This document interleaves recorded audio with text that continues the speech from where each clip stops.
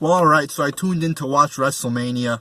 I only watched 4 matches because, I clicked on WrestleMania 34 to watch, I log into the network, I click on it, and I see it's 5 hours long. There's no fucking way I'm taking 5 hours out of my day to watch a product, a pay-per-view from a company that has disappointed me countless amounts of times. So I only watched 4 matches. So first I watched the national anthem. I seen that they're like, oh, here's 2 people who are the future of music. What do you mean the future of music? Because I'd never heard of these 2 motherfuckers. What did Michael Cole tweet that out? What did Michael Hayes tweet that out or something? I mean, I've never heard of these people, and they're calling them the future of music. Who said that? Probably a loser. But anyway, on to the review. So the first match I watched was Triple H and Stephanie McMahon versus Ronda Rousey and Kurt Angle, and I was happy with this match. It was a good match. It was a good way to start off my watching of this product here. Gotta give it to really everybody in this match. They all did their part well. It was a fast-paced match. There was a lot of shit going on. It was almost like a tornado tag match. They stretched the rules, which I liked. Unlike what they did with the Daniel Bryan and match, which I'll get to later. But Ronda Rousey, gotta give it to her. I very much doubted her wrestling ability. I doubted that she would be ready to wrestle, but she was good. I mean, she was good. She was entertaining. She didn't botch at all. She did everything she was supposed to do, and she exceeded my expectations. The only thing I really hate is how she comes down to the ring smiling. Here's another example of having talented people, having people who are a draw, but management and the creative team have to fuck things up. They always have to fuck things up. They got everything, they got a bunch of talent on their roster, but they fuck it up. So she comes down to the ring smiling, giving people high fives and shit like that. When I think they should really just make her into like a Brock Lesnar, kind of badass. But it's really hard to do that when you have a very childish theme song by Joan Jett, that you would hear at a 5-year-old's birthday party. But it was a good match. I enjoyed it. Fast-paced. Even Stephanie McMahon exceeded my expectations in the ring. I mean, it's not like she was doing fucking shooting star presses off the top rope or anything like that. But, she did her part. She didn't botch. She did good. Took some bumps. Can't complain. Good match.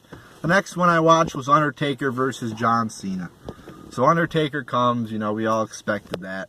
But I was very disappointed with this segment here. It was like a 3-minute match. What the fuck? That is such a disgrace to the Undertaker. So we wait all this time. We wait a year for the Undertaker to return, and his entrance is just as long as his match. If you're going to do that shit, then don't even have a match at all. It was a waste of time. I hated it, and it really is just admitting that, it's like Undertaker's matches have been 20, 30 minutes long at WrestleMania every year, and now you do this pilot. I mean, I thought, I'm like watching the match, and I'm like, damn, Undertaker actually looks pretty good. He's moving pretty good in there, he's, on the top rope doing his moves and everything like that. I mean, this might actually be a decent match, and then they end it. Then they just end it in like 3 minutes. Like, you could have at least prolonged it out to like 15 minutes. I mean, like I said, he looked pretty good in there. He taking bumps and, he didn't look like a fucking 30-year-old or anything like that. He wasn't moving like Daniel Bryan in there. But, I mean, he was moving pretty good.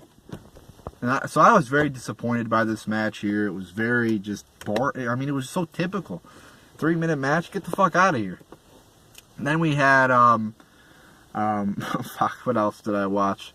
Oh, the Daniel Bryan, Shane McMahon versus Kevin Owens and Sami Zayn.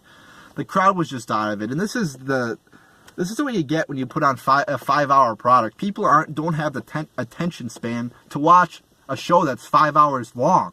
I mean, come on. People don't want to sit there for 5 hours and watch this, and the crowd was pretty dead. Even when Shane McMahon was doing his coast to coast, the crowd was pretty dead. And it was a slow match. There wasn't much to it. It was slow developing, not that fast-paced.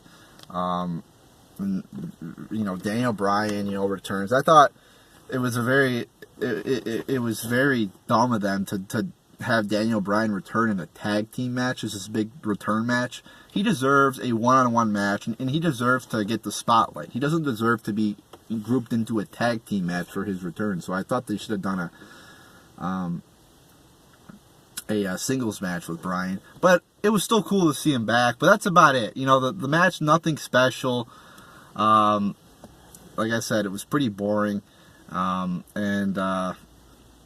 You know, I expected more. They could have put a stipulation on this match or something like that. They could have done what they did with the Triple H tag team match with like more chaos and more, you know, of it breaking down and bending the rules a little bit. But I don't know. I just didn't like it. It wasn't a good match. Then we had the main event. Brock Lesnar versus Roman Reigns. What a boring main event this was. Filled with botches. Filled with, you know, just boring wrestling. I am so sick and tired of Brock Lesnar doing fucking suplexes the whole goddamn match. Excuse my language there. My priest isn't happy I just said that word. But, yeah, I'm sick and tired of it. You know, the suplex city thing, I mean, it was good, you know, a few years ago. But then they just kept doing it. I mean, all he does is suplexes the whole fucking match. I mean, it is so boring. The crowd isn't even counting. They're booing. Nobody likes it. Do something else besides suplexes for 80% of your moves. That's all he does. Suplex, F5. Suplex, F5. And how many fucking times is Roman Reigns going to kick out of his spear? Or kick out of the F5? He kicked out like 8 times. I mean, I get kicking out once or twice maybe. But there becomes a point, there's a reason why it's called a finisher. And it really devalues the impact of a move. And the sun is fucking shining right on my face.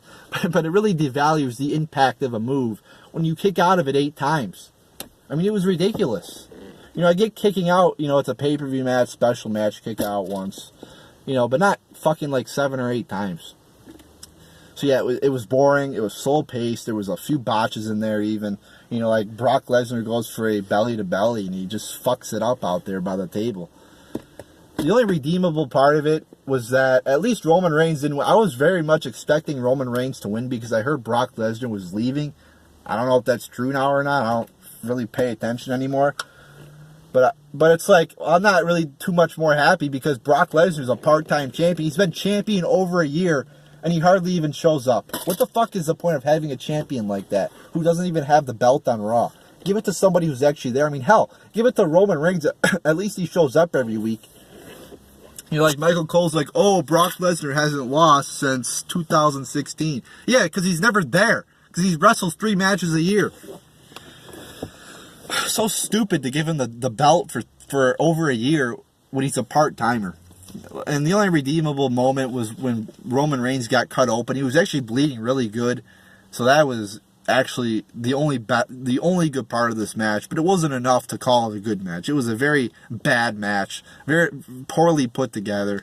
The crowd was booing through the entire thing pretty much. And it's sad that the crowd is booing through the WrestleMania main event.